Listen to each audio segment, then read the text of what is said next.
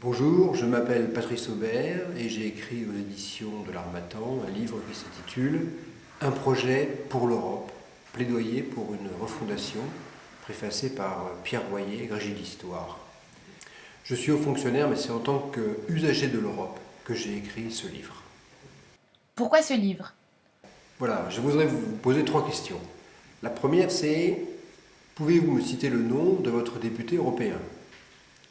La deuxième, c'est « Connaissez-vous la date des prochaines élections européennes ?»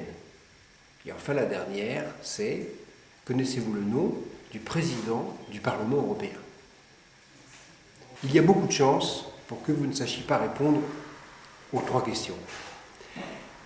C'est un petit peu la raison de ce livre. Dans un an, il y aura des élections européennes. L'important, c'est de ne pas les rater. Et il y a un risque réel, soit d'une abstention très forte. Souvenez-vous que lors des dernières élections, le taux d'abstention était de 60%, soit que les partis qui gagneront la majorité au Parlement européen soient des partis anti-européens. Il y a donc une urgence à préparer ces élections pour faire en sorte que ce soit un grand rendez-vous démocratique au cours duquel nous puissions poser la question de quelle Europe nous voulons. Pourquoi parlez-vous de refondation? On constate une sorte de désaffection pour l'Europe. Ce n'est pas que les gens soient anti-européens ou eurosceptiques. En fait, les gens sont la plupart du temps des déçus de l'Europe. L'Europe qui se construit n'est pas celle qu'ils attendent. Et il y a une attente de l'Europe. Il faut donc essayer de redonner un projet européen qui intéresse les gens. Et que l'on parle d'un projet européen. Car qui parle d'un projet aujourd'hui pour l'Europe?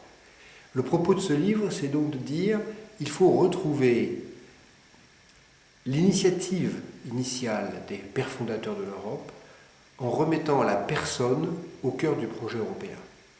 En quoi remettre la personne au cœur du projet européen serait une solution selon vous?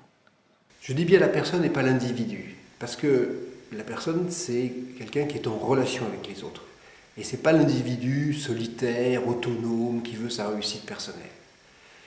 On s'aperçoit que le projet social européen qu'on retrouve dans les années 1945-50, il repose justement sur la personne dans toutes ses dimensions.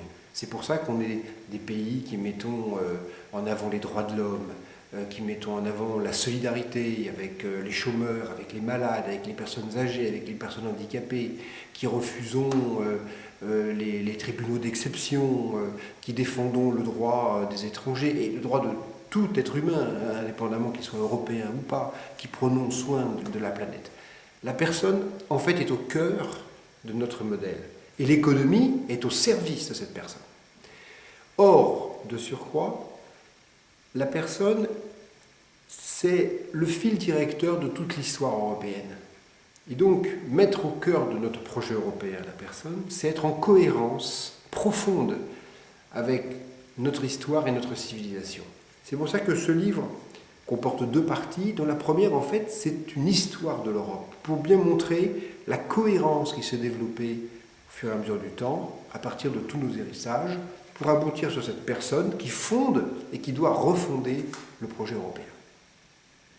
Comment redonner aux gens le goût de l'Europe?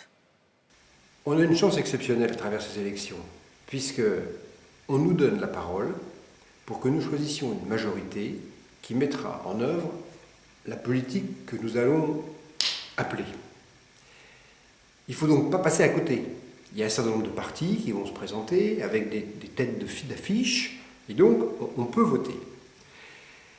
Il faut essayer d'influencer ces partis, puisque nous sommes 500 millions, donc beaucoup de millions de personnes à voter, pour que justement les partis politiques prennent en compte notre demande, qui est la demande d'une Europe différente.